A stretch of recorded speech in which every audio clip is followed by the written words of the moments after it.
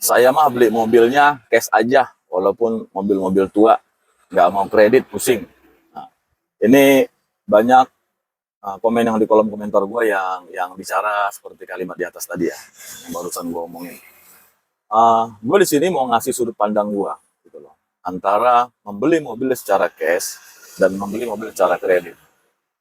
Membeli secara cash otomatis harus mempersiapkan uang. Kita bicara lah harga mobil 50 juta ya, gitu loh. Itu kan tidak kecil. Membeli mobil dengan mengeluarkan uang 50 juta dibandingkan dengan membeli mobil dengan mengeluarkan uang contoh 5 juta. Yang dimaksud 5 juta itu adalah DP. Gue mau ngasih sedikit ilustrasi ya. Kalian jika punya uang 50 juta, kalian akan membeli mobil secara kredit atau secara tunai? Nah, gue di sini hanya menengahin saja. Nanti keputusannya ada di kalian.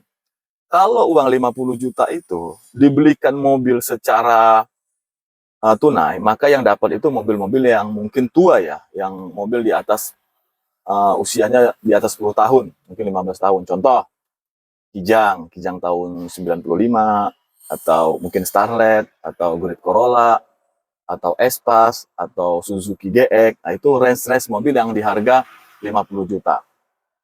Kemudian, ketika kalian kredit, pilihan mobilnya mungkin lebih mudah.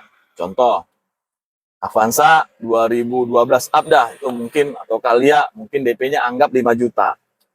Nah, 5 juta bisa dapat mobil Avanza atau Calya. Tapi ingat, setiap bulannya kalian harus membayar angsuran. Contoh nih, gue kasih tahu.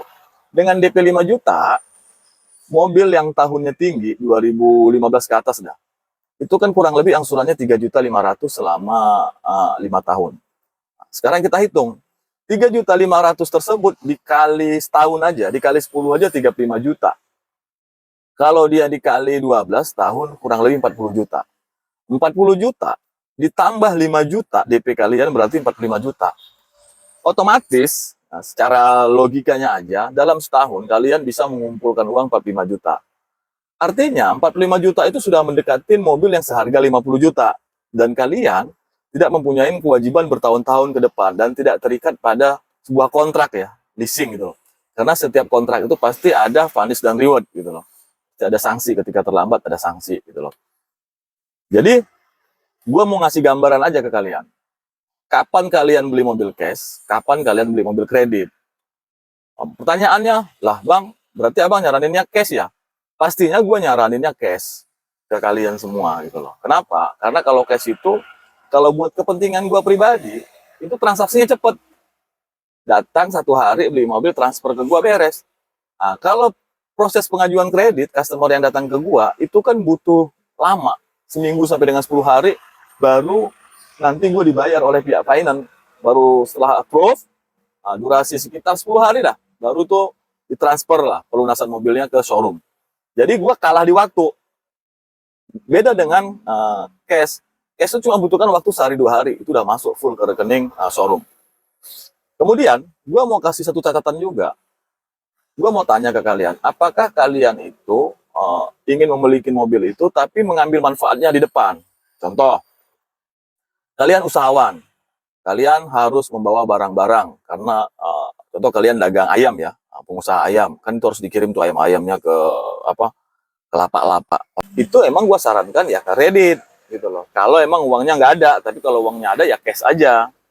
Jadi ketika manfaat dari mobil tersebut bisa diambil di depan, ya monggo-monggo saja sih buat kredit. Tapi ketika manfaatnya juga nggak bisa terlalu diambil di depan, ya pilihannya mungkin ya beli mobil cash, disesuaikan dengan budget.